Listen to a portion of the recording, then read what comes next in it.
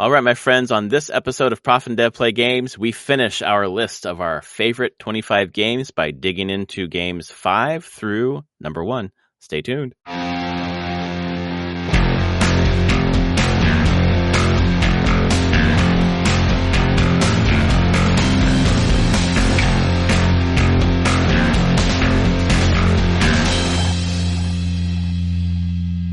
All right, my friends, welcome to episode 469 of Prof and Dev Play Games. My name is Larry, the professor at Prof Plays Games on Blue Sky. Over there is Anthony, the dev. He is at Summerspeak on Blue Sky. How are you this weekend, Anthony? I'm doing okay. It's been a pretty uneventful weekend, which is good. My work week ended well with a big old manager bi-yearly, twice a year manager conclave, as we call it.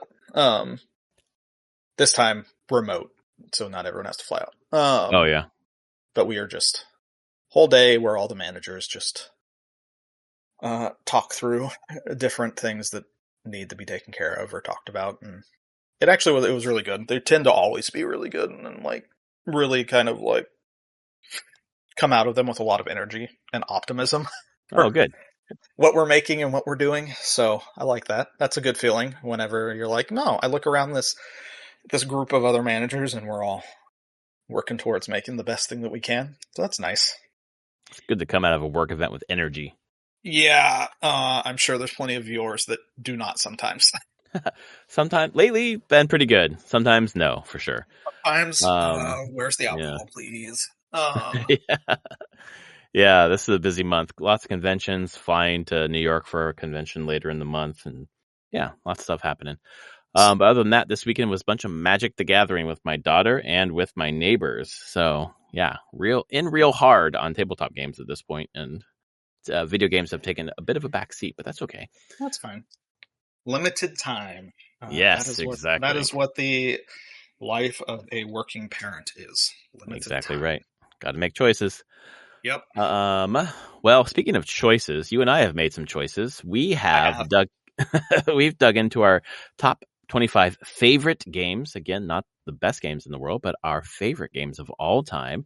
Previous episodes, we've started at number 25 and gone all the way through number 6. Go back and listen to those to hear why. At the end of this episode, or at the end of our ranking today, if I can remember, we'll go back and reread our entire 25 to recap. But today we're going to dig into game number 5, 4, 3, 2, and 1 on our lists. And I'm looking very forward to this. This is going to be awesome.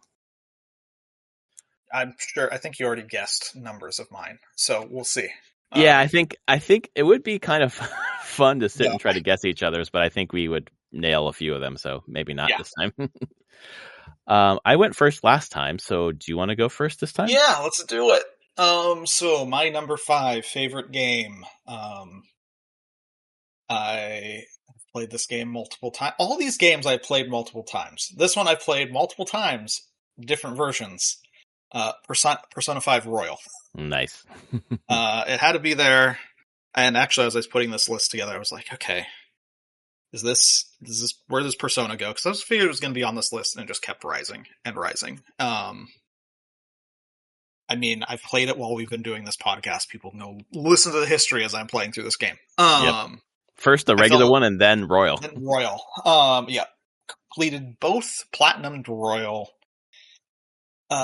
Absolutely fell in love with these characters, fell in love with the mechanics and how a Persona game works. I hadn't played a Persona game before. I was aware of them. I had coworkers that really, really enjoyed Persona 4 Golden. That was on a Vita, I believe. I think Golden was on Vita. I believe so. I think that was the one, and they brought it into work, and I saw it there more in a way of being like, oh, this is stylish as all hell. That's neat, but I'm not gonna have a Vita, so I'm not playing this game. That fucking proprietary memory, I'm not buying that shit. Yeah, I was like, I'm not buying that shit, and that was like after my first was born, and I was like, we were much tighter on money there, and I was like, I'm not buying any expenses like this right now. And then the Vita died by the time was in a place where I might have considered it. So I was aware. I didn't pick up Persona 5 when it first came out. It was probably a few months after it came out, month and a half. Someone's like, really, you need to look at this game. It's just cool, like the way the menus flow and the style. And I was like, sure, I'll pick it up and I'll play it. I was engrossed. I could not believe the combination of just like mechanics, art, music, and by say art, I mean like the game art and also just the UI art. Oh Just yeah. insane levels of cohesion across the entire product of being like, oh, okay, this is what happens when like that. There's a strong creative vision, and I fell in love and spent 125 hours on the base game, Persona 5, just loving these characters, getting to know them and get through their daily lives, getting used to the like time limited system of this game, loving that social aspect of it, and then really enjoying the dungeons, and the just pure turn-based JRPG of it. Very strategic combat system with weakness exploits and the whole deal. Love that. I did know that there was probably going to be a refresh of the game eventually because that's just how Atlas works with these. And Royal came out and made it better in every way. Like Royal is an incredible game. Because it streamlined the story, or it added somebody, or it did No, both those things. did not streamline the story, but it added a new character, intertwined them through the base game, and then added effectively another quarter of school, and another number of days and another ending, and this new character, and fleshed out some of the other storylines that kind of were dangling a little bit. Yeah. It was just overall a much more fully cohesive experience. Not that if Royal never came out, Persona 5 was still great. Right. Royal just makes it all better. It wasn't like Persona 5 was an unfinished game. It was a finished game. They just were like, we can finish it more in some ways. Yeah, I just fell in love with that and played all the spin-offs for Persona 5, went back and I played Persona 4 via Steam, Persona 4 Golden, and then waited and played Persona 3 Reload now that it's out. And all the rumors are is that Persona 4 remake is happening in the style of Reload. Interesting. So, even though I guess 3 had the same thing, but I would think Golden would be the definitive version. But yeah, no, I feel like I wouldn't be surprised if it is effectively just Golden, but they bring quality of life features back to them that they've done in later games, and generally just better graphics and art. The Persona 3 and 4 original characters are very like chibi-esque when you run around the map. And they would change that. Persona 5 made them like look like normal people. Right. Anime, but I think they'll basically just do that. But 3 did well enough that they're probably doing 4, as for everything I've heard. So yeah, that's my number 5. It's really awesome that Persona 5 is your number 5. I know. It was great. That fits well. Well, you will be not surprised to learn that we do not match here. I think that we will have a match somewhere on this list. I think so. Really? I think so. I'm holding out hope for one. If there's going to be a match, it's going to be one. But it's not this one. My number 5 is a game that came out, gun to my head, I would say it was 2018. But I could be wrong. But it hit PS Plus, and it launched this game into the stratosphere. It was Rocket League, done by Psyonix, which is if I remember correctly, is a San Diego company. Because when Rocket League went big, it was all over Petco Park when we went to baseball games there. Which is when I was like, wait a second, is this a San Diego dev team? Studio? Yeah, it sure is. I guess they eventually got bought by Epic, but they did. Man, Rocket League, like it's that I think it's just the epitome of like the easy to learn, hard to master. Like there was so many ways that you could be really, really good at this game, which I found out later playing with friends. But at the beginning, I mean, I platinumed this game on the PlayStation. I was playing just, I think for the most part by myself or just online in randos. I didn't play with anyone that I knew, but I played this game a lot on PlayStation, which is probably means this is the game I've played most in my life because number 6 on my list was Team Fortress 2, and Yeah. on my Steam, that's the one I played the most at 384 hours. Second place is Rocket League at 344. But if I add in how much I played on the PlayStation, which I should probably do the math, I think it's the game I played the most in my life, Rocket League. Oh wow. All right. Yeah, yeah. So it's really funny because I don't consider myself a multi-player gamer, but I've played multiplayer games the most of anything. But fast forward to the pandemic and locked up in the house, and I set up Thursday night game nights with friends. You joined sometimes, and Brad was there, Travis was there, Kartik was there, Chris was there, and just a rotating group every Thursday. And just it was like I looked forward to it all week, and it was just laughing, having so much fun, getting better at the game, and playing with each other, and sometimes assisting each other and being better, and oftentimes just getting in each other's way, and just hijinks would ensue. It was, I mean, I probably, it would be higher on this list if just purely based on those memories, if the ones above it didn't have other memories that were more core to me as a gamer. But man, the camaraderie, the bringing together of people around a video game, for me, Rocket League takes the cake. And we played for like a year and a half, like 2020, July of 2020 through like the end of 2021 or even mid 2022. That was the golden age for Rocket League for me. And it was every Thursday, and it was just a goddamn great time. So Yeah. it's Did it it come just, out? I thought it was 2018, but I could be wrong about that. 2015. Oh, Jesus Christ. Okay. I was wrong about that. I'm trying to remember when I played it because I did play it pretty. I had like a group I'd play it with a little Mm-hmm. bit, like more. That was long before they were on Epic.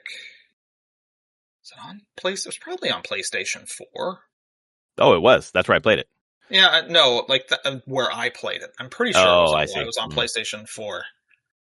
Can't remember who I all played it with, but I mean, I played not as nearly as much as you. Like I played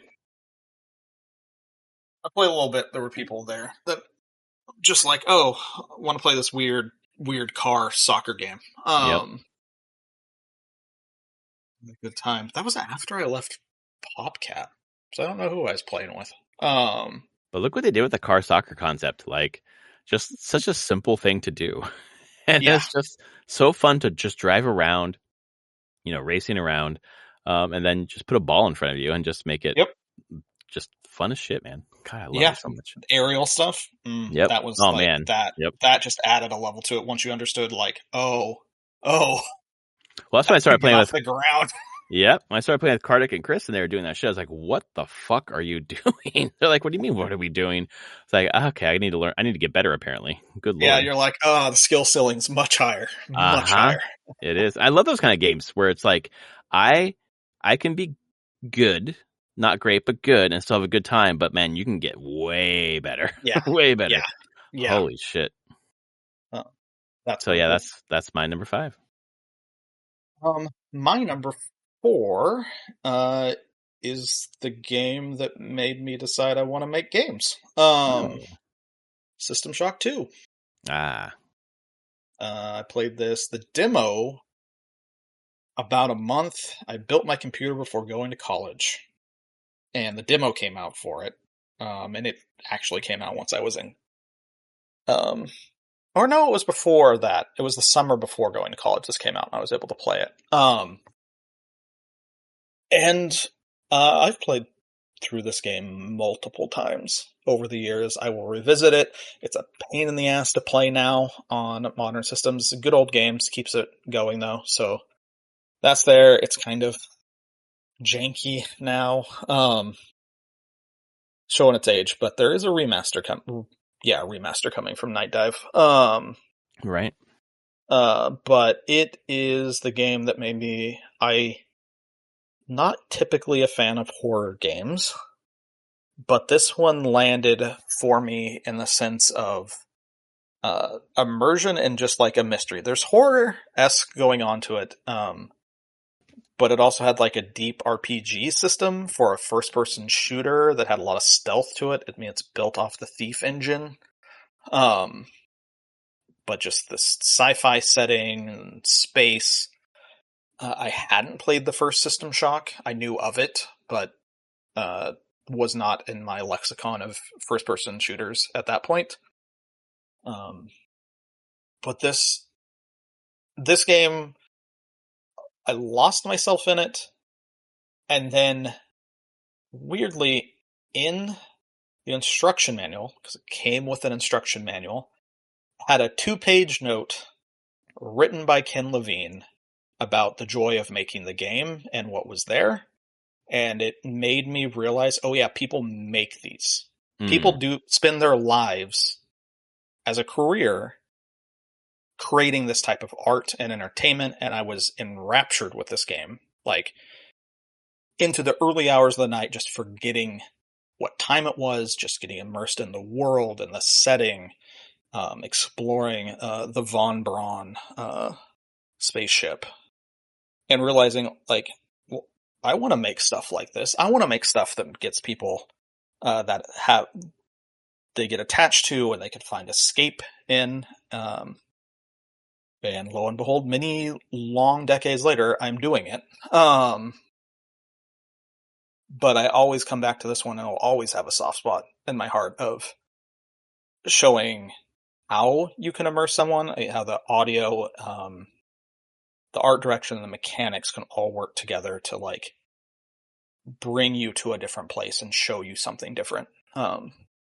It also offered multiplayer. In college, I played it through the whole thing through with friends multiplayer, and that was a blast. It showed class combos because there's 3 different classes in the game. We all chose a different class and just played, and so we could like really specialize. Um, this game has just followed me through most of my life, and I've probably haven't gone more than like 4 years without replaying it at least once. In that time, just always is. It's always there in the back burner. I'll get the hankering to play it, and yeah, it's a special one to me, and I knew it was going to be high. I didn't know how high it was going to be at this point, but it did make me realize that I wanted to make games for the most part. So, not a bad thing. I didn't. I didn't. I played this. God, I doubt the dates are right here, but I have a memory of making a computer, or no, that's not true. Replacing a graphics card and putting in like a Voodoo 3 graphic card. Is that a graphic card? Voodoo? It was a graphics card. It was a Voodoo 3 or Voodoo 2, depending on the time. But which one was around System Shock 2? Do you have any Voodoo memory? 2. Okay, because I remember playing this shortly after I put in a new graphics card, and obviously being very confused about what the game was, and not playing very long. But I had a sense of the spooky vibes of this game, Yeah. going through the corridors and like not knowing what you're going to face. But I didn't realize Yeah. it started your game dev journey. That's really cool. Yeah, this is the one that made me truly realize, I'm like, oh yeah, people make these games. And the game itself, it had that little note from Ken Levine, and the credits was all that was like pictures of the devs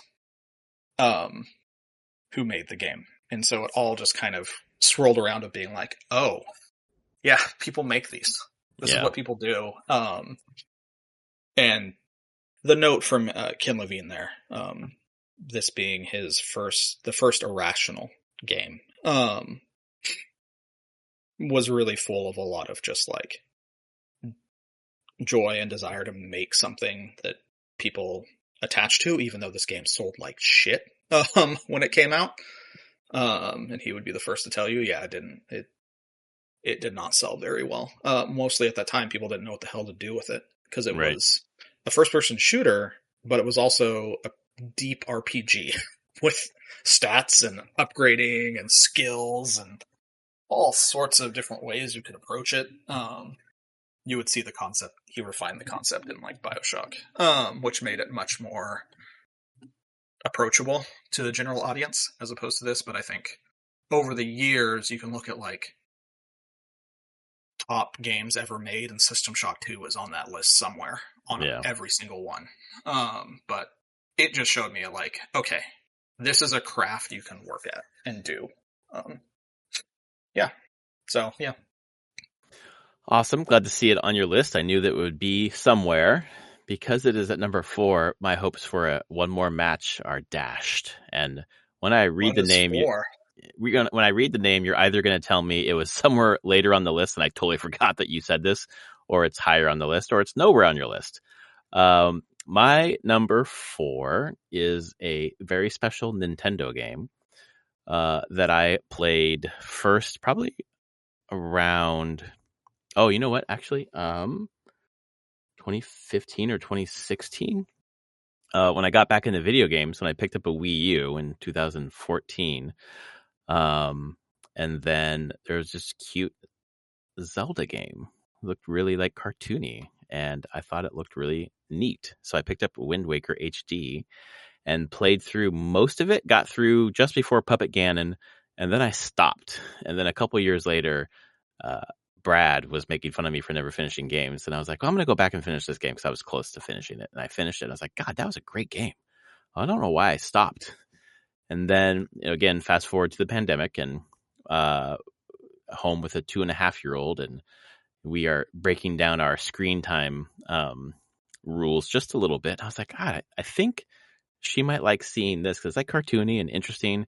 And I started playing Wind Waker in front of her, and she was just engrossed with the people, the story, Tetra, Link, the look, everything. She wanted to know everything about the game. She wanted to see it every day. When we weren't playing it, we were making games and stories. I was telling her stories about from The Legend of Zelda: The Wind Waker, like telling stories with Tetra, telling stories with Makar, Medley, all the different characters. We made a huge map of a representation of the Great Sea with the different places you could go to. It's definitely not like accurate at all.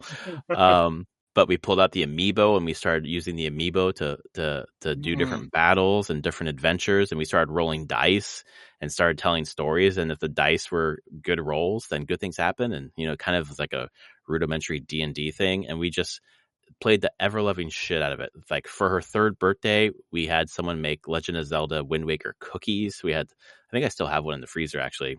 Tetra and Link and Triforces, like it just took over everything, and then it bloomed into just a huge love of Legend of Zelda. We started watching the cutscenes of Breath of the Wild, got super excited for Tears of the Kingdom, played through that together. It just ignited this love of the Legend of Zelda in my daughter and me too, to be honest. Before Wind Waker, I'd only ever beaten Link Between Worlds, and then I've gone back and played a bunch of them since then.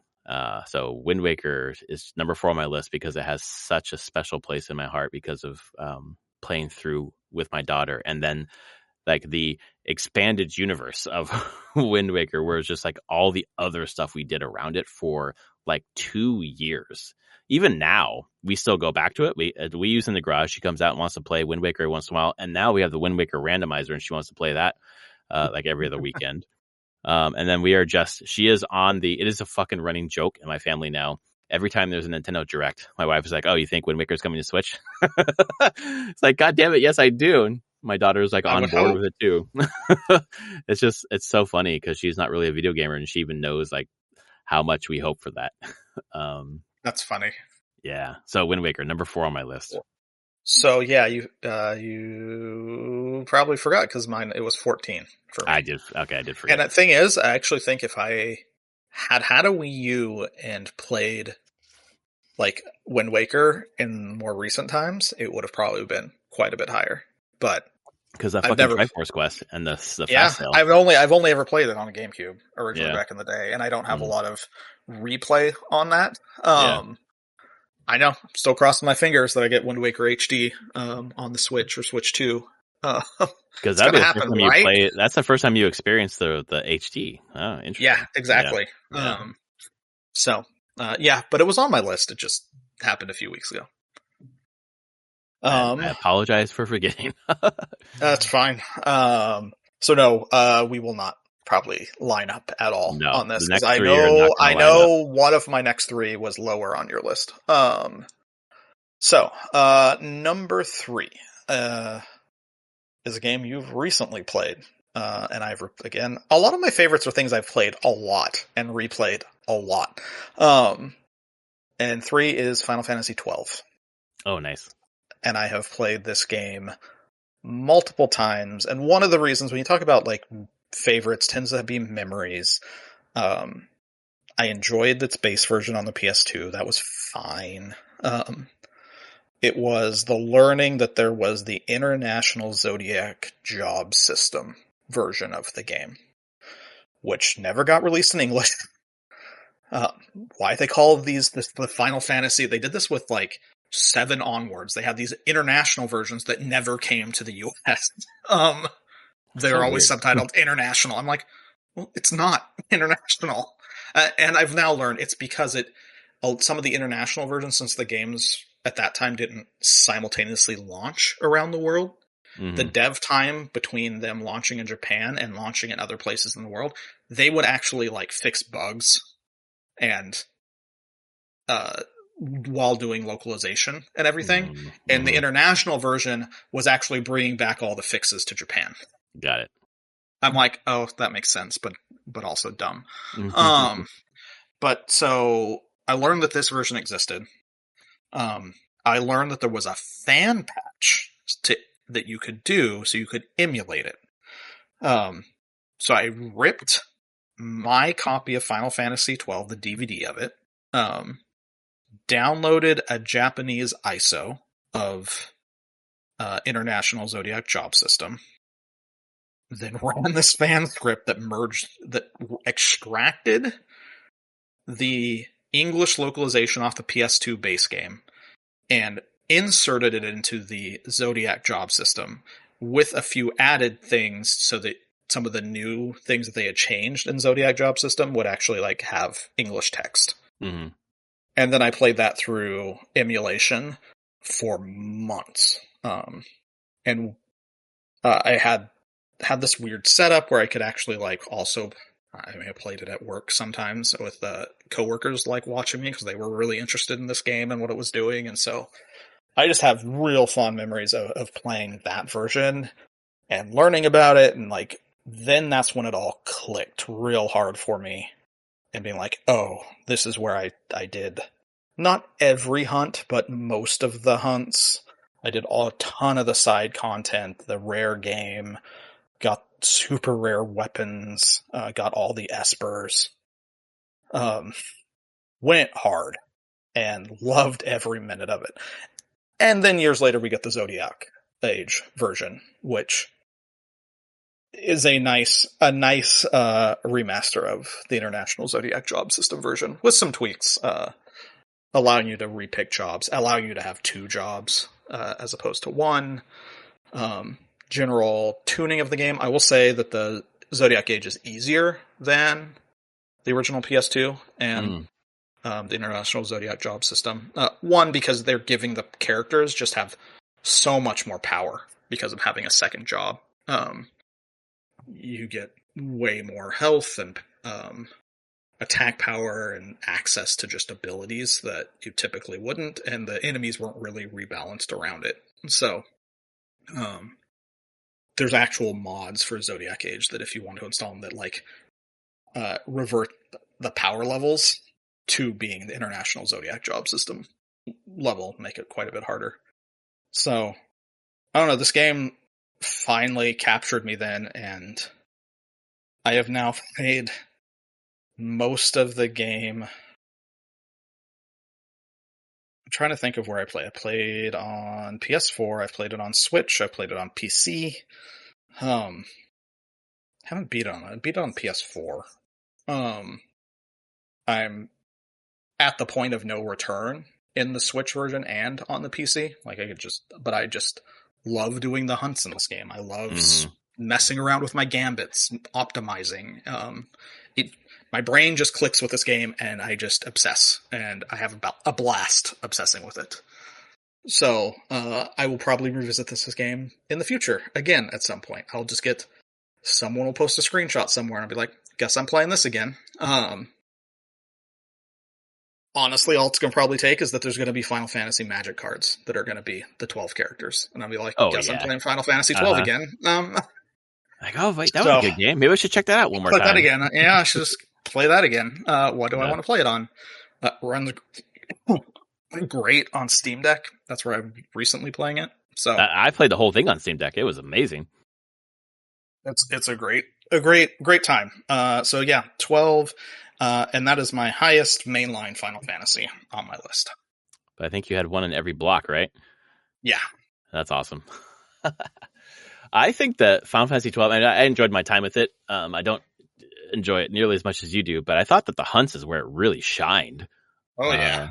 That was really There's a good time. so many of them. Yeah. That's the thing. Like, this is a game that is, if you just mainline, you can get through the story very quickly. But there's probably double the amount of content in that game that you're never even told you have to do.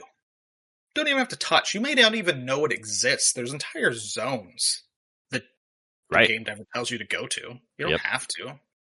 There's like, it's an immense game and just world exploration. I also really love the world that they set up there. Ivalice is just really neat. And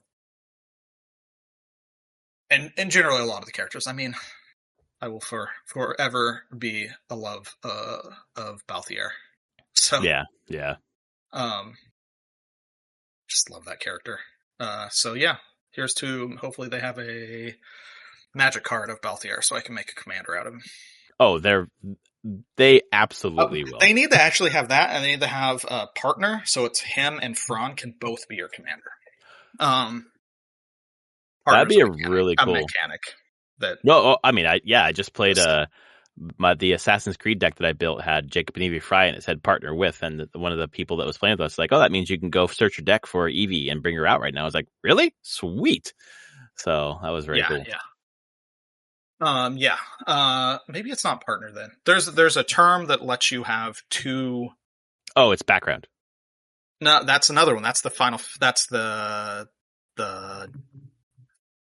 D&D Baldur's Gate name for it. But there's one that was that was like, oh, you can have your commander and this enchantment. There's one that is specifically says, hey, it's companion. Sorry. Oh, okay. And so you can say like, hey, these two characters have companion, or says can be companion with, and what it says is like they both can be in your command zone and count as your commander. So you have both at the same time. That's cool. Yeah, you have two commanders you can cast, but I would love to see Balthier and Fran have that. But yeah, I doubt it because they're not going to be in the commander set, and they tend not to put those mechanics in, main set. But yeah, especially if it's not built around them. Yeah, that'd be my dream, though. I'm like, yes, please. But yeah, 12, number 3. Very cool. Love it. Well deserved. For me, my number 3 is a number 3. There's 2 choices you could have. I bet you could guess both of them, but I will tell you that this one is Witcher 3. Witcher 3 is number 3 on my list, my all-time favorite games. Witcher 3 is a game that I got into, I got back into video games in 2014, kind of midway through the year with a Wii U, and then quickly jumped into an Xbox and a PlayStation. And Witcher 3 was hitting in summer of 2015, right as I was finishing my semester. And I was just seeing reviews on Reddit, and I was just like, this sounds right up my alley. I love fantasy, love story-rich games. This sounds like I'm going to take a risk on it. I had like a $10 coupon or whatever it was. Or I don't remember. I had $10 in credit for some reason on Xbox. And I was like, okay, I will get it for $10 off. It was $50. And I could not stop playing this game. It was, it stuck with me because of the Eastern European vibes, because I had lived in Ukraine for so long, and it was nice to get that Slavic kind of feel. I I did not stay in White Orchard very long. I got out of there pretty quickly, so that didn't kill my enthusiasm for the game.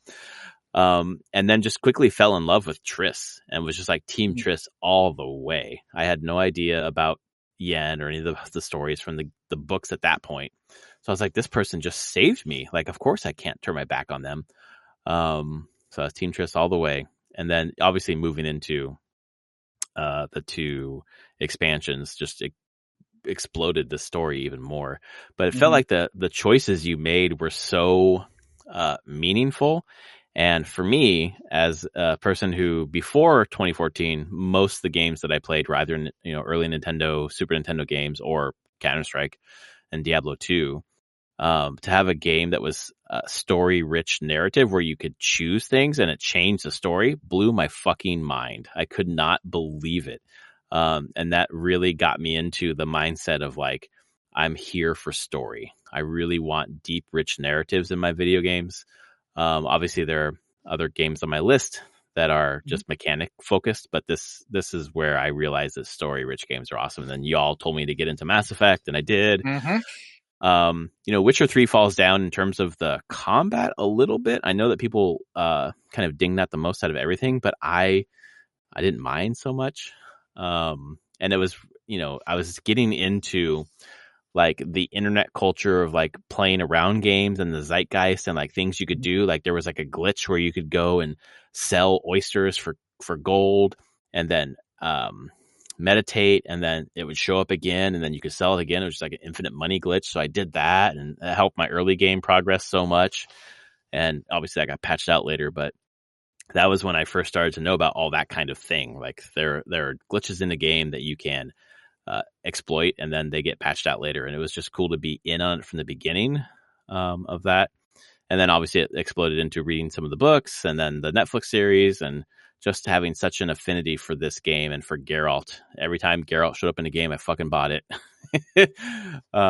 Just so fun. So Witcher 3 is number 3 on my list for all those reasons. And I've dabbled back in it again when it's come out. Bought it for the Switch, when it came out for the PS5 version. I've never beaten the game fully again, and I just don't know why, because I love it so much, but it's a very special memory for me. So that's it. I can understand that. Just took me a few times to get there, but I eventually got there and really enjoyed it.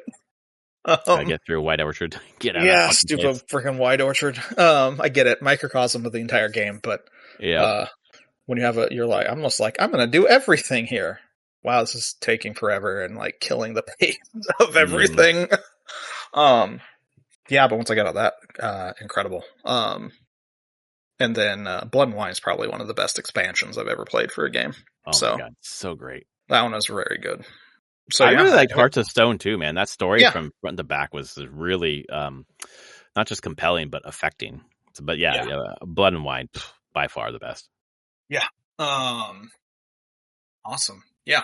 My number 2. I said Final Fantasy XII was the highest mainline Final Fantasy. Number 2 is Final Fantasy Tactics. Nice.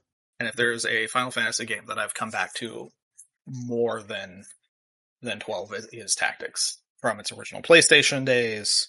I didn't own a Vita, so I never played it on there, or PSP. So War of the Lions, I've had to emulate it since that point, until it came to iPad, and I played the entire thing again on, it was an iPad 2. That was, it's been an incredible experience. Now with like 12 and Tactics being right here back to back, can really say like, Matsuno, the designer, is probably like one of my favorite designers of all time. He just makes games that click for me and has systems that click for me and worlds and characters, and they just work. But Tactics, man. So high school, it comes out. So 7 comes out. I'm like, okay, Final Fantasy is awesome. I had Final Fantasy 7 that came out earlier in, I want to say that was 97. Later 97. And then Tactics actually came out. I got it on a whim. And it was like early 98. And I was like, I like 7. This is another Final Fantasy game. I'll try it. From the get-go, I just got enthralled with like the hook of the story, of the world, the first Ivalice game, of like, hey, this is like saying a lot about like class warfare and religion and the controlling of people through religion, stuff that you just typically would not see in like video games in the West at all. And Right. um uh and just getting into this like gritty world of mercenaries and people caught in the War of the Lions going on, which is actually like this game is very influenced, like Game of Thrones is influenced by the War of the Roses. Right. It has a heavy. You're like, check. All right, that is a touchstone used, and this game throws you into it. And I remember I played so much of this game in high school. My house, do you remember, was a block from the school. I Mm-hmm. would come home at lunch and I'd play this game for just a half an hour just to play it more. Because I wanted to. I just obsessed over and over and over and over and over and over. And the whole thing, tons of memories with. I mean, I lent it to Travis at one point. So he played through a bunch of it. I lent it to him, and then at one point we just like burned a copy for him when we learned that you could burn Oh yeah. PlayStation discs and how Uh-huh. to like load them properly. Um, For some reason, yeah, my memory is of him playing it at that oh time. So yeah, he played it. he was playing your copy though. Yeah, at one point, yeah, Interesting. Okay. yeah. I would yes. I would have to say I probably introduced him to it, Mm-hmm. being like, "You'll enjoy this, play it." And got yeah, just obsessed with the game. I loved it then, and then I had my PlayStation in college. I played it in college. Had a bunch of conversations with like college acquaintances that just love this game too, and we would just talk about our builds and like crazy ways to play the game, setting up different parties. It's just basically been a constant through my entire life of playing this. I even now own a copy of the PSP War of the Lions on my shelf behind me. I have no way to play it, but I own it. I was gonna say, do you have Um, a PSP? nope, but I have a copy of this game. That's great. Uh, yeah, I just wanted to make sure I had it. Sure.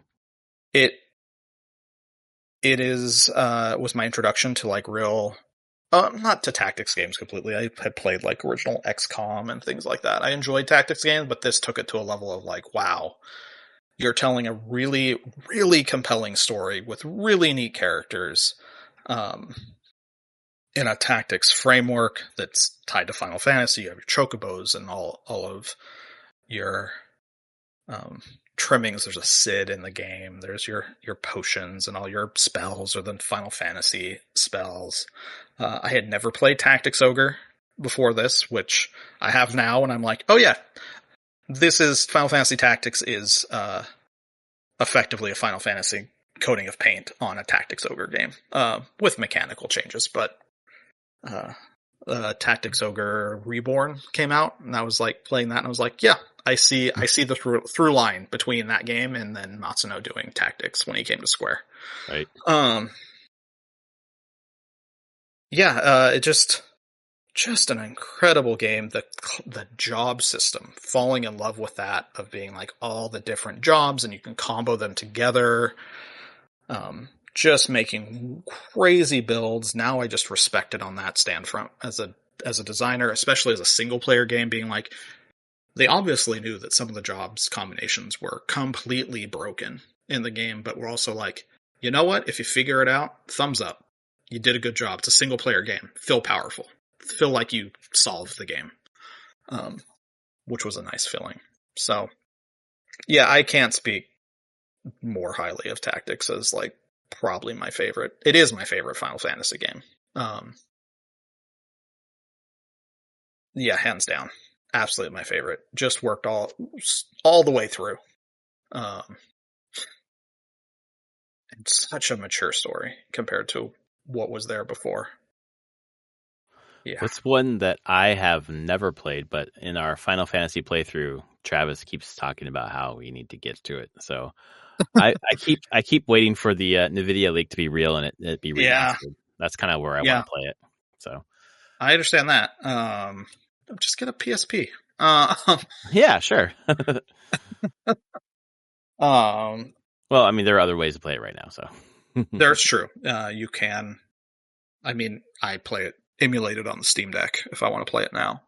It's the best, probably the best experience. Um, iPad is fine, but yeah, just playing it with the touch controls are fine, and they have some neat swiping mechanics for moving, like so you can like select stuff in menus. But it's a game that was built for gamepad, and it feels that way right. still. Yeah. So, Mm-hmm. yeah, it runs great on emulator on Steam Deck. I'll say that. Um, I think that was the first picture I sent once I got the OLED Steam Deck. Did I play any modern game? No. I Yeah, got exactly. emulators Yep. working, Mm-hmm. and I was sitting in the dark with an OLED screen with Final Fantasy Tactics playing on it. I was like, this is awesome. This is exactly what I need. Yeah, exactly. That's so funny. I spent how much money to just play this game To again? play a game you've already played. Yep. Yep. That's how that works, man. Yeah. That's great. Mhm. All right. Well, I will launch into my number 2 then. My number 2 is a game that I obsessed about before it ever hit America, if I recall correctly, because it came into Japan first.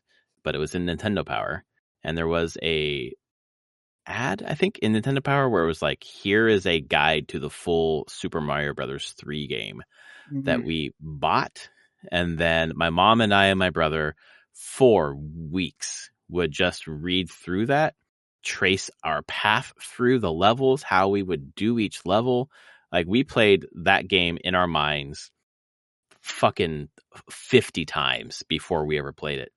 I think my cousin had a Nintendo and Super Mario Brothers 1 that I had played and just was enamored with it. And then in 5th grade, there was a Friday, it wasn't called this, but like Friday Fun Day or whatever, where the teacher brought in a TV and a Nintendo. And you remember a kid named Levi, right? Yeah. Yeah, he brought in Super Mario Bros. 3. And Oh. that's the first time that I got to see it in person after obsessing about it. And I don't know if we were going through the guide because it wasn't out in the US yet, or we just couldn't afford it, or we weren't going to be able to buy it, or whatever. But he had it, and I got to play it. And playing the game that I had been obsessing about in the book was just, it was electric. And eventually we got it. I believe it was for Christmas. That year when we were going through the guide, if I remember correctly, it might have been the year after. And I've beaten that game over and over and over again. And this is one of the games that I play every couple of years, play through, because it's so. I mean, platforming is my favorite genre. Platformers are my favorite genre, but the memories, like the family memories around this game, like they're all positive. And to have anything from my childhood that has memories around it with my family that is all positive is fucking impossible. So it makes it really stand out. Yeah. And man, we played at my house all the time. Then when I go to my cousin's house, we would play. I remember playing the Sky World over and over at his house, and trying to get through. And we finally beat that kingdom basically, and we're just like elated that we got through it. It's just so perfectly designed, right? You know, Mario Brothers 1 was too, obviously, but 3 was just like peak. That so many different kind of mechanics where obviously the different suits you had, the Tanuki suit or the frog suit or whatever. Hammer Brothers suit was my favorite. But then like the sun, the angry sun following you in the desert world. World 4, I believe it was, where you're just huge. Everything's big. I loved it, man. I still love it. I still love it to this day. I wish my daughter loved pixel games, or even wanted to like touch pixel games, because I Oh. feel like she would like this game. But no, she's not a big fan of pixel games. But yeah, this used to be my favorite game of all time. There was no way this was going to be dethroned, but this is my number 2. All right. It's a good one. Did not make my top 25. But I have very good memories of this game as well. I think anyone from our generation probably does. It Oh was yeah, a powerhouse of a thing coming there. The movie The Wizard. I remember it being in there and being like, "Oh shit, it's oh my Mario god, Anthony, I 3!" forgot all about that. Yeah, that is also part of the mythos of we watched The Wizard over and over and over again. Uh-huh. Yep. Yeah. Do I have any really strong? Like, I hear you on this. It was just part of our day and age. I played a Japanese copy because the grocery store in Rio Del imported a Famicom version. That sentence does not make sense. What? I played this game probably months before it came out in the US because they had a Japanese copy. It was all in Japanese. Holy shit, that does that. Wow. Okay. Yeah, it was the grocery store. In Rio Del, someone there must have been Rays. just. It was the Rays, and they would rent video games and movies out of that Rays down there. And But someone who worked there must have just been like on their shit. they God. were like, it's been many years later when I realized that I was like, oh, holy shit. Why did they have a Japanese copy of this game? Yeah, exactly. Wow. Yeah, someone knew what the hell they were doing and knew how to import. And they did it. And I rented that just a few times because it was in Japanese. I was like, I have no clue. Just jump on things. Sure. Yeah. Check. Yep. All right. It's a simple enough, which is great. Mario's a simple enough game where it's like, the language barrier doesn't even matter. Just play. Yep. It does not matter. But yes, this is a game of our childhood. Like, this was hype beyond belief. And I love that you made your family was all very happy around this game. That's great. Yeah. It was great, man. It was it's like not alchemy, but like some sort of fucking mystical magic for that to have happened. There's not a single bad memory around Mario 3 anywhere. That's great. In my childhood memory, and that's hard to do, my friends. Yeah. Well, that's cool. So my number 1. Ooh, I'm very, very excited. Yeah, I'm actually surprised. Like, can you guess this? This has not been on my list so far. It has been on your list. So I'm struggling to remember if you've said Mass Effect 2 yet. Yes. Okay, so it's not that then. Oh, all right. I don't think Odyssey would be on top of your list. Yeah. I have played the most hours of this game in my life. Oh, Jesus Christ. Well, I've got to know what this is then. So it's not Breath of the Wild, obviously. Is it Diablo 2? Yes. Yeah, duh. No shit. All right, I have got played more. If you consider Diablo 2 and the expansion and then Resurrected now. Yep. I have played more hours of Diablo 2 than any other game. By a lot, I'm pretty sure. Well, that's not true by a lot. I probably played WoW close to the same amount. But Diablo 2 has, since I stopped playing WoW, I have continued to play Diablo 2 because I will always get the urge to just play Diablo 2 at times. I don't care if I beat it. I don't care anything. I will just all right, start a new character. I just want to go experience Diablo 2 again. So when did so Diablo 2 came out in 2000? Yeah, it was in 2000. Yeah. It was June. It was the summer of 2000. So we had gone off to college. It came out summer 2000. I picked it up while I was I was working at Mount St. Helens that summer, for most of the summer, at the visitor center. And so I had my little trailer where I was saying, but I had my PC in that trailer, at this trailer next to my grandparents' RV.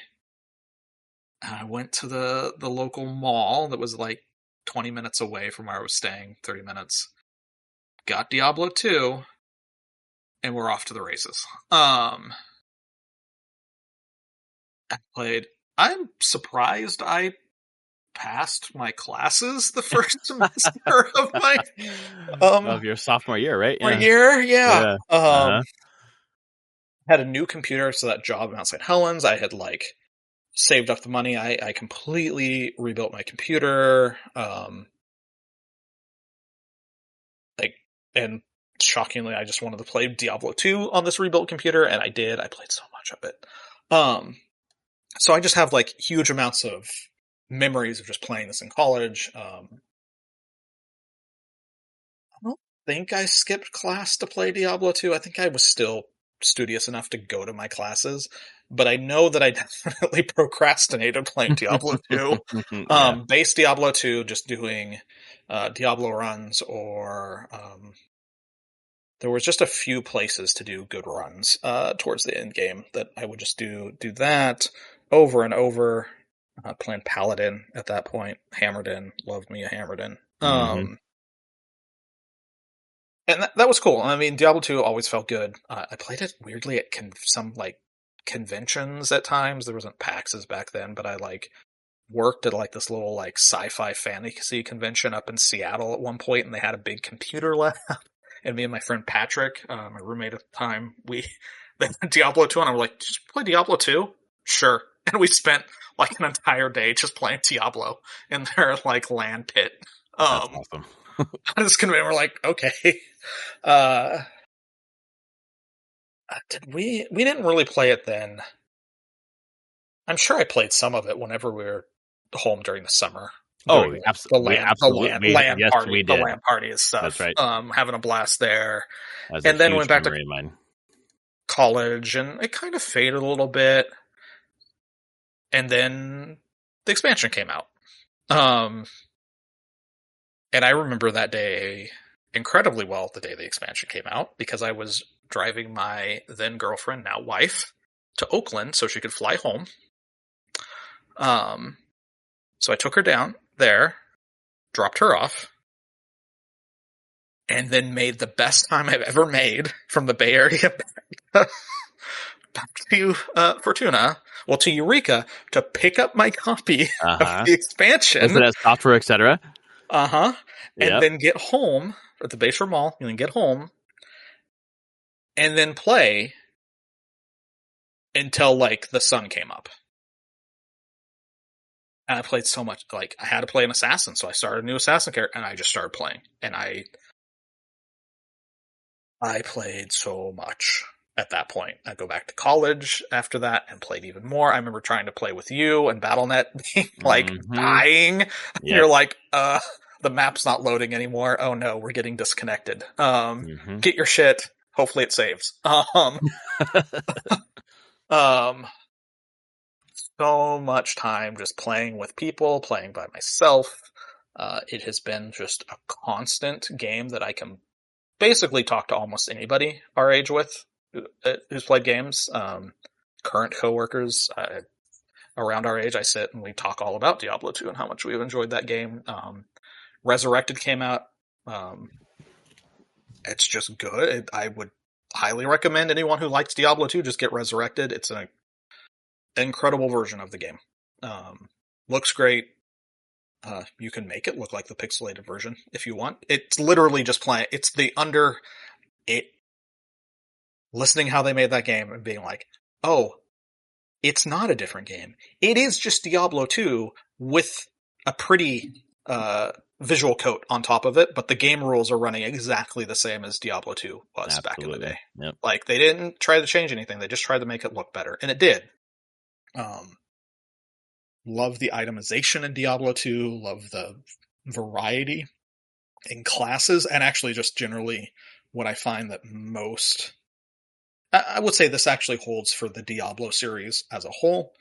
I love the classes that they do and how the class identity is so strong in their games. Like playing, like I said, a paladin and I was playing an assassin are my two favorites.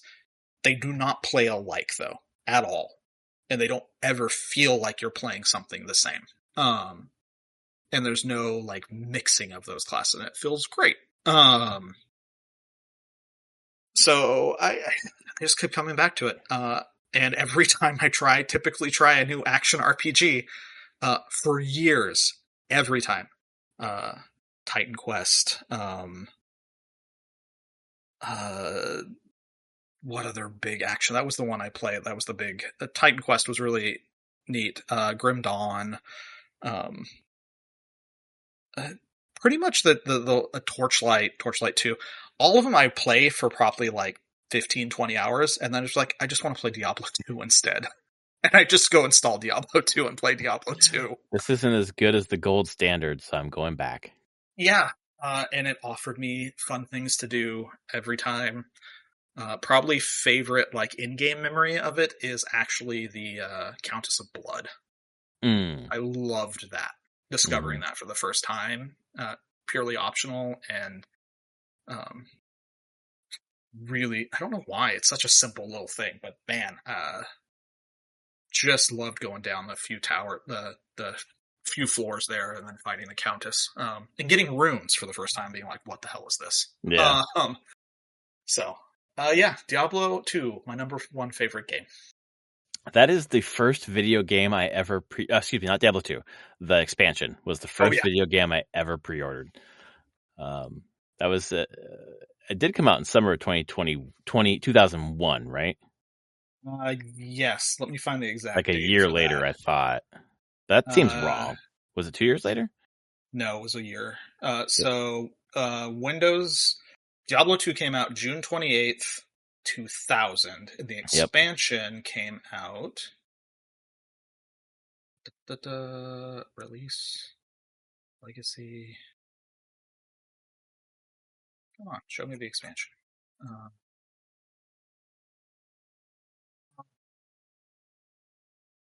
Media's failing me there. I thought there would just be a quick link right there, but no. But no.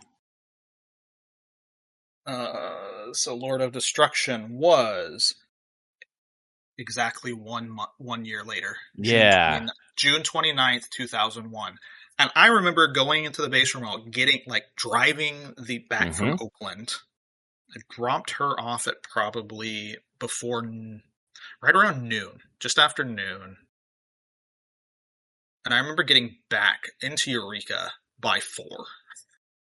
I was going fast. You were flying to get there. And I got it. And I remember somehow, I know even on that day, I told you I had it.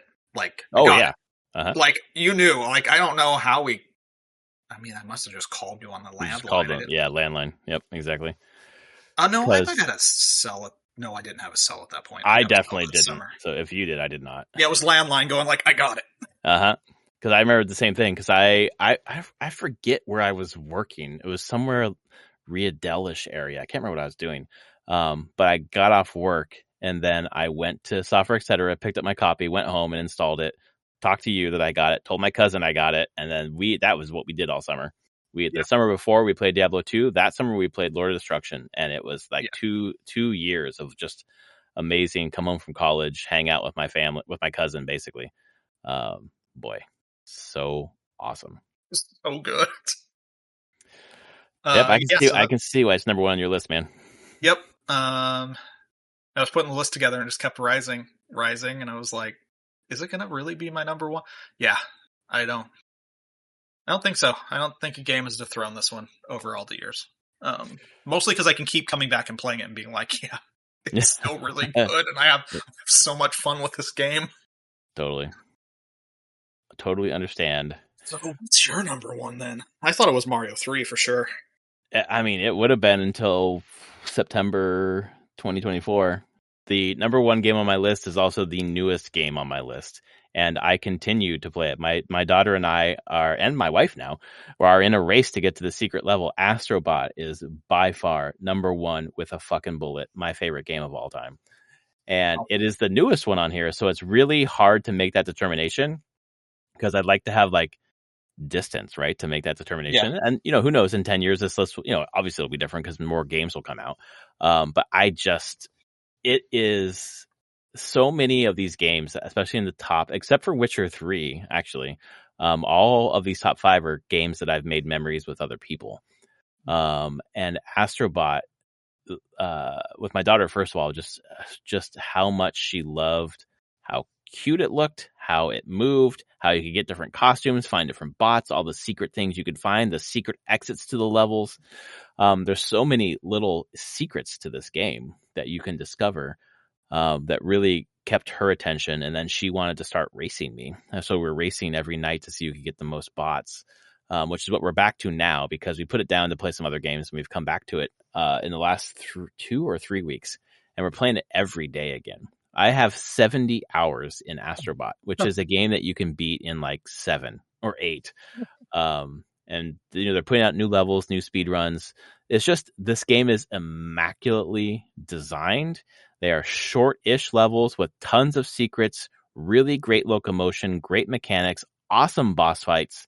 I think the enemy variety is a little bit could be a little better.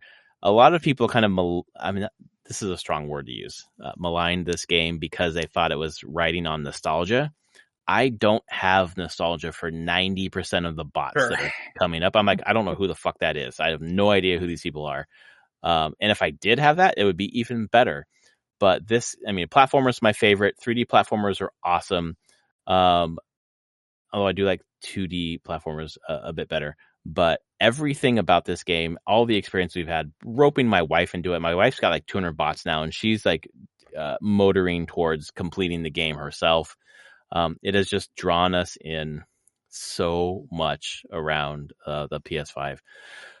It's fun, hilarious. My wife gaining, as she was playing today, she was like, I'm learning how to play video games because of this game. I'm like, yep, it's designed for people who've never played games before to be able to engage in it too. There's other shit that's hard, obviously, but so yeah, Astrobot, number 1. And it's the newest one on here, and the memories continue with this game. It's going to be a game that my daughter looks back on. This is her Mario 3. She's going to look back at Astrobot in 10 years and just be like, that was, we continued to play that game and continued to come back to it and continued to play it every couple of years. Yeah, it's amazing, man. I hope That's one awesome. day you play it. Probably. It's not your kind of game. I know you're not a platformer fan as much as I am, obviously, but I mean, I could play them and get through it. I probably have deep respect for it. That's for sure. I watched most of it played. And so that's the thing. From a nostalgia standpoint, yeah, totally. I don't think it rides on nostalgia. I think if you have the nostalgia, boy, does it make it stronger. Like, mostly from the music. I find the bots less the nostalgic part because I'm like, it's a little bot, like whatever. But they do some great mixes with the levels and the music that really got me at points of being like, oh, that's triggering a memory. That's cool. The bots themselves, I'm like, yeah, they're cute. But I don't think I have a hard time seeing how that game lives in people only saying it's real good because it has bots that look like other characters. Like, that would only get it so far, I'm gonna be honest. It was the annoying part of the Game of the Year discussions last year, listening to different podcasts that I like, and they're just like, yeah, it's good, but trade on nostalgia, and that's why it's really standing out to people. It's like, God, I was yelling every single fucking time. I don't have that nostalgia, and it's the best game I've ever played in my life, or my favorite game I've ever played. Good Lord. Replace the bots with non-PlayStation things, I think it would still be a really fun collectible game. Like, there'd be a lot of cool stuff to collect, and like, in the best platformer kind of way, the Mario platformer kind of way of being like, there's typically all sorts of little collectibles around that actually a lot of times don't have nostalgia to old things. Yeah. But they're simple things like collect stars or moons. Like, okay, I still want to do it because it's real fun to get them.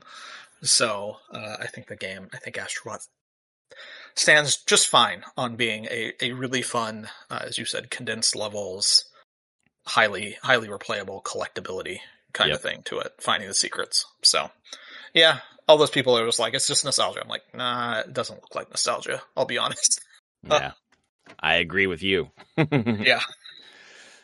So yeah, Cool. that's our list, man. I'm gonna do my top 25, bottom to top, and then I'll ask you two if you don't mind. All right. Starting at the bottom, number 25 was Jackbox Party Pack. 24 was Final Fantasy VII Remake specifically. 23 was Fire Emblem Awakening. 22 was Uncharted 2. 21 was Super Smash Bros. Ultimate. Number 20 was TMNT 2, the arcade game. Number 19, Donkey Kong Country. 18 was Counter-Strike. 17 was Super Mario 64. And then number 16 was Super Mario World 2, Yoshi's Island. Number 15, Baldur's Gate 3. 14 was Mario Kart 8 Deluxe. Number 13 was Elden Ring. Number 12 was Hades. Number 11 was Assassin's Creed Odyssey. Up to the top 10, 10 was Mass Effect 2, followed by Hollow Knight, then Breath of the Wild. Diablo 2 comes in at number 6, and then number 5 was Team Fortress 2. Wait, no, this time I did that wrong. Number 7 was Diablo 2, and Team Fortress 2 is number 6. Then the top 5, which we read tonight, was Rocket League, Wind Waker, Witcher 3 at number 3, Super Mario Bros. 3 at number 2, and Astrobot at number 1. All right. For mine, 25 was To the Moon. 24 was Final Fantasy VII. Not remake, but I'll count that as our first match. Yep. 23, Slay the Spire. 22, Stardew Valley. 21, Monster Hunter World. 20, Master of Orion 2. 19, Final Fantasy X. 18, Transistor. 17, Super Metroid. 16, Metal Gear Solid. 15, Final Fantasy IX. 14, Wind Waker. 13, Chrono Trigger. 12, our next match, Hades. Yes. 11, A Link to the Past. 10, NetHack. 9, Mass Effect 2, which we just kind of had swapped, but close. Yep. 8, we matched though, Breath of the Wild. 7, Baldur's Gate 3. 6, Final Fantasy 14, and then the top 5 from tonight, Persona 5 Royal at 5, System Shock 2, Final Fantasy 12, Final Fantasy Tactics, and then number 1, Diablo 2. What? I mean, man, those 25 games for each of us. What a jam-packed list. So much good shit there. So good. Yeah, and then there's the other like 25, 30 games that are below the line. I have completely unsorted, but they're just below the line. Many. Yeah, for sure. Well, thanks everyone for listening to us talk about our favorite games of all time. Hope you found some gems in there and some things that you could agree with as well. We're going to pivot to what we've been playing, and Anthony's been playing Monster Hunter Wilds some more. So let's hear a little bit about that. Yeah, so Wilds. How many hours do I have on it now? I have 40 hours. Wow. But I have a coworker who's put in 120 now. He took the week off. I think he took a Monster Hunter vacation. He actually planned it. He took from Friday through all last week off to play Monster Hunter, and I think he's over higher Hunter rank 200 now or something. Some ridiculous. He went hard. But for myself, I beat low rank and got credits. I think that took me about 25-ish hours, maybe a little bit less. There was some idle time in there. I've heard that most people finish it between like right around 20 hours, give or take a couple. Mm-hmm. And that gets you to the point where I'm now playing the actual game for the most part. Like I made it through the tutorial. Yeah. And now I'm actually playing Monster Hunter that I know of, which is good. I think Wilds, from a gradual, like structured onboarding kind of standpoint, is probably the easiest onboarding for any player. It just is naturally progressing through things. It doesn't teach you all the deeper mechanics, but I'm finding in high rank there's a lot of side missions that teach you all these kind of more advanced normal Monster Hunter mechanics, which is good. They shouldn't bog new players down in that stuff. They should just they slowly on-ramp people into harder monsters and how that all works. Story was fine. It's a Monster Hunter. The stories are never amazing, but I would say the characters were cool, and they actually, I think, feel like took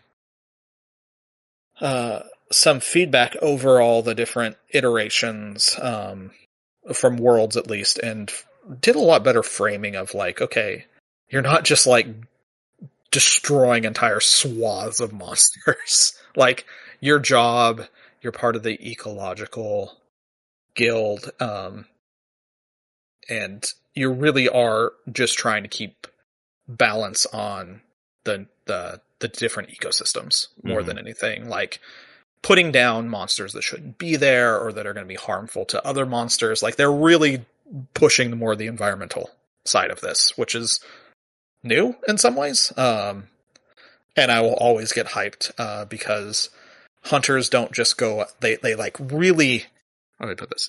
They really push up like the value of like the title of being a hunter in this game. And before you can hunt a monster, the guild has to authorize you to hunt the monster. And so your companion will sometimes be like, the guild authorizes you, hunter, to um, take on Anjanath or these other monsters, and it always feels like a badass moment of being like, yes, that's why I'm here. I am gonna fight this monster now. That's cool. It just feels really good. I was like, oh, that's a nice touch. But it's not like gating. But You don't feel like it's gating you in an annoying way. nope, That's cool. nope, not anymore. Didn't gate it, and then you get to the top thing, and they just kind of set the context of like what you're doing, and the side missions kind of tie into that like more ecological kind of like management side of things, which is nice. But the actual like mechanics of it is by far the most fluid Monster Hunter combat experience. I'm having such a blast, and the That's fights, cool. the ramp up has been great. I've learned how to play again, and I'm getting to fight really, really big monsters again. Really feel like you can be really cool in this game. You gotta learn how to do it, but boy, do you look badass whenever you like start landing your hits and doing your dodges and blocks. I do Charge Blade for the most part, Mm-hmm. which can be a sword and a shield, or it can be an axe, or it can be a buzzsaw axe. Um, the shield at the end of the sword spins around and it buzzsaws That's through pretty things. versatile. Jesus. It's so good. And you turn on your buzzsaw axe whenever you like perfect block an attack. It powers up your shield, so you can Mm-hmm. then make axe spin and just do a ton of damage. It's so good. Yeah, it feels really good. I'm having a blast with this game. It's been really good. I've got my performance for the most part worked out. I would love it to be higher performant, but I'm getting typically between 60 to 75 frames per second, which is enough. Like, it's smooth. It doesn't tend to drop more than that, below that. So that's been fine. Doesn't really crash. I haven't had any crashes, actually. I can just hunt monsters and get their parts and make better weapons. And I'm in high rank, but I still have so much that I haven't seen. I have dozens of weapons that I don't even know how to craft yet. They're just in my tree, and I'm like, I haven't seen the monsters to craft them. Oh wow. And I've probably done fought 30 different monsters at this point, and I'm like, there's clearly at least another dozen, if not more, in here, or higher versions of those monsters that I need to come across. So, amount of content is insane. I could totally see this having hundreds of hours of playtime for people. And that's before they just start adding in more things starting in April. So, Right, when I add in new hunts, right? yep, new hunts. There's already been 2 event hunts that got added in this past weekend. That just give you like silly cosmetic headpieces and stuff. Because beyond the hunting monsters and making better gear, the other side of Monster Hunter is fashion. Because you Oh need yeah. to look good while you hunt these monsters. And they have an entire, like, they call it layered armor. So you have your armor that is your stats, and then you can make it look like any other piece of armor you've crafted. So you can really specialize in how you look, and you can Right. look really badass. Yeah. So yeah, fashion hunting is a thing. Yep. That makes a lot of sense. Because Yeah, you gotta use that shit you're getting off the monsters for something. yeah. I mean, you gotta Upgrade craft it your all. Yeah, weapons, upgrade your look fresh. yeah. The look is a big thing. Yeah. So yeah, it's good. I do highly recommend it. It's been a blast of a Monster Hunter, and I have a feeling I haven't played Worlds in quite a while. That going back and trying to play Worlds would be like it's a good game, but it's clunky compared to how smooth combat is in Wilds. Mm-hmm. Which is probably where you hear some of the feedback where people are like, "This is too easy." I'm like, "Well, it's easy because it just feels better." Like, Yeah. The other thing I've heard is that, basically you're not looking for tracks anymore. Your thing just kind of guides you right to where the monster is. yeah, you just go to the monster and start fighting. It's boss fight all the Yep. time. I That mean, that's sounds pretty rad, to be honest. that's the dream of Monster Hunter. Uh-huh. That's what you do. I had my son had some friends over yesterday for afternoon and evening, and they were playing some PC games and board games. But I was playing Monster Hunter, and one was like, "Is that Monster Hunter?" Mm-hmm. I've heard about that. Like, what is it? I'm like, well, you hunt monsters for parts to craft better gear to hunt bigger monsters, and basically the whole game is just fighting bosses, boss after boss after boss. That's it. That's the game. And they're like, oh, and I'm like, yeah, that's what it is. And it's just really fun. It's a fun boss Yeah, rush. it kind of is boss rush where the bosses drop things that you really care about Yep. for progression. So it's a very tight loop that they figured out, and I enjoy it quite a bit. It feels, and again, we talk about games that have like high skill ceiling. This game does. Like, I know I can get better at my weapon. I am absolutely not optimal at it right now.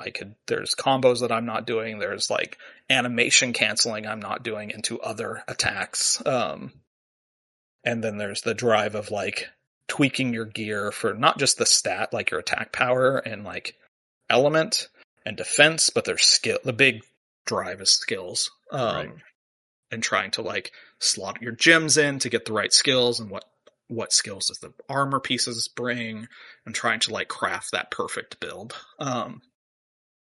So like you can kill monsters fast. Not as fast as I've seen. I've seen some stuff now like where people are like doing really high level hunts in like 2 minutes.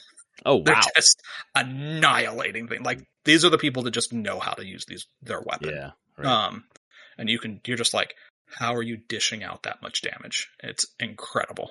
But again, high skill ceiling, a lot like the Rocket League thing. It's just like, yeah, you have a lot you can learn, but the game doesn't punish you if you don't learn that. You don't have to be at that optimal of play. Yeah. But fun game. I'm enjoying it. I will continue to play it. I've got monsters to hunt. So. Well, that is very cool.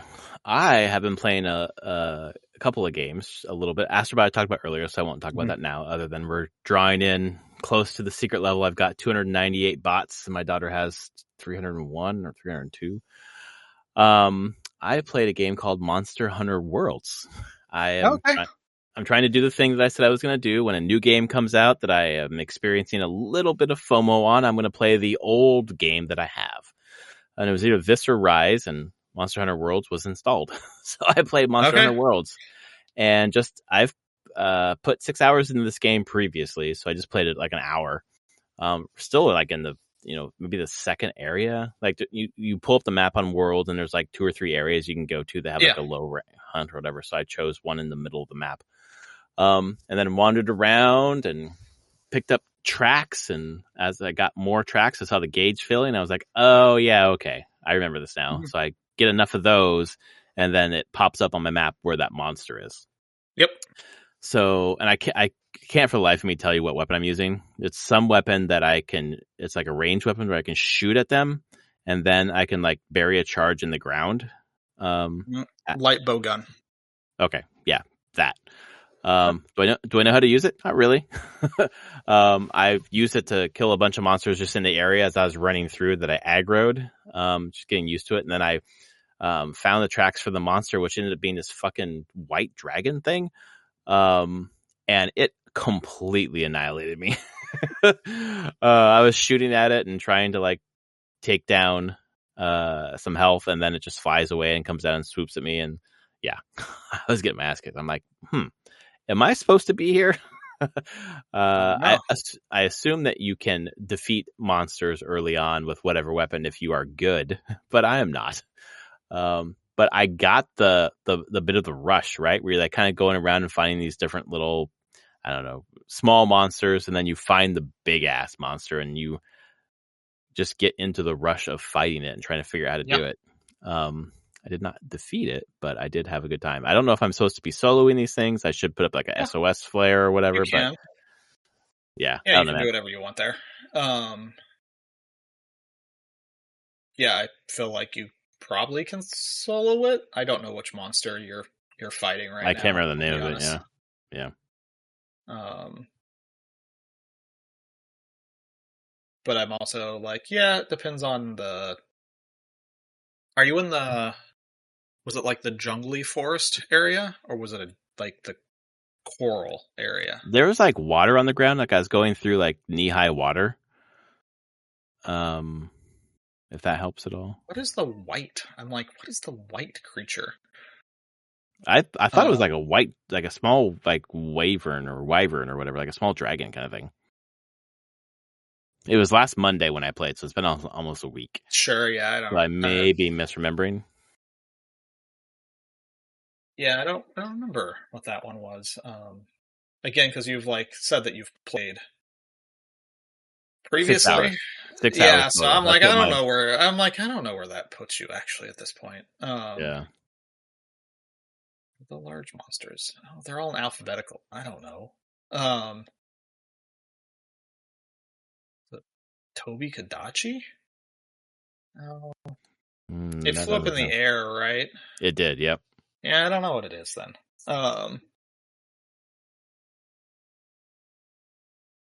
Yeah, I don't know, honestly. But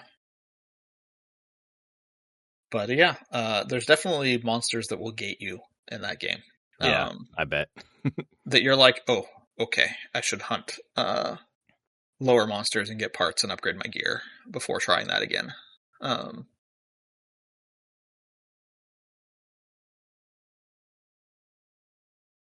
Oh yeah, there's just like there's tons of wyverns. That's the thing with it. Like most things are wyverns. Yeah, it felt like it was a wyvern. Yeah. But either way, it wrecked you. It did. It was a good time. I got it. I understood the concept of Monster Hunter. I'll probably dabble a little bit more just to kind of. I would like to beat a monster so that I could be like, oh, now I get it. I feel like if you put 6 hours, you must have beat monsters at that point. I mean, I probably, but because they start me. you off with a pretty simple monsters to start. A great Jagras is the first hunt in Monster Hunter World. I must have, but ask me if I remember. I could not. Yeah, Tell you. it's like a big salamander looking thing, lizard. Mm-hmm. It's typically pretty slow, and that's what they start you off at in World, being like, do this first, pat. Obviously got past there, so yeah, that's where I'm like, you probably got past it, and now we're in a point. I'm like, what do I do now? Yeah, exactly. Talk to whoever Matt Mercer is voicing in that game. He'll give you a quest, I'm sure, somewhere. Right, Mercer, I remember that going up to like the top area somewhere of that little thing. Mercer is one of the voice actors for one of the NPCs. That's cool. But yeah, well, that's cool. Yeah. So World is still good, but Wilds is, I would say, mechanically feels better. Yeah.